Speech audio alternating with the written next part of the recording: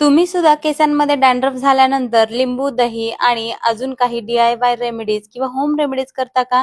तर स्क्रीनमध्ये दिसत असलेला हा व्हिडिओ नक्की एकदा नीट पहा. पेशंटचे वय 29 आहे. त्यांना गेल्या 1 वर्षापासून डॅन्ड्रफचा त्रास होता. परंतु हल्ली 6 ते 7 महिन्यांमध्ये हा त्रास खूप वाढला. प्रचंड खाज आणि ही खाज एवढी की रात्री झोपणं देखील अशक्य झालं होतं. ज्यावेळेला मी स्कॅल्प एक्झामिन केला, खरंच मला स्वतःला खूप जास्त धक्का बसला. कारण आतमध्ये एवढ्या जखमा झालेल्या होत्या, त्याच्यातनं रक्त येत होतं. त्यानंतर जेव्हा पेशंटला विचारलं, की याच्यासाठी काय ट्रीटमेंट घेतली आहे, तर त्यांनी हा सगळा प्रकार मला सांगितला. खरं तर एवढा जास्त जेव्हा डॅन्ड्रफ असतो, तर तो फक्त तुमच्या स्कॅल्पचा कोरडेपणा नाहीये. मुळात हा खूप मोठा गैरसमज आहे, की डॅन्ड्रफ म्हणजे स्कॅल्पचा कोरडेपणा आणि त्याच्यामुळे हे असे प्रकार केले जातात. त्यांनी असं सांगितलं, की आम्ही तेल पण खूप लावतो तिला, तरीसुद्धा तो कोरडेपणा त्याचा कमी होत नाहीये.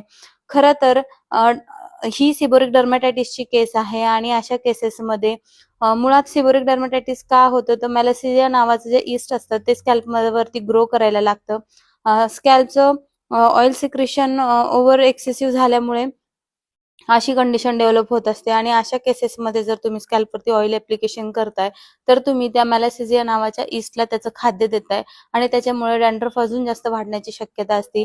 त्यांना मी त्याविषयी योग्य ते मार्गदर्शन केलेलं आहे आणि त्यांना सध्या काही शॅम्पूज आणि ओरल मेडिकेशन देखील सुरू केलेलं आहे. सेबोरिक डर्मेटायटिसच्या केसेसमध्ये फक्त शॅम्पू वापरून चालत नाही. कारण ज्यावेळेला पेशंटचा स्कॅल्प एक्झामिन केला त्यावेळेला हे फंगसची ग्रोथ त्यांच्या बियॉन्ड दी स्कॅल्प देखील वाढलेला तो दिसत होता.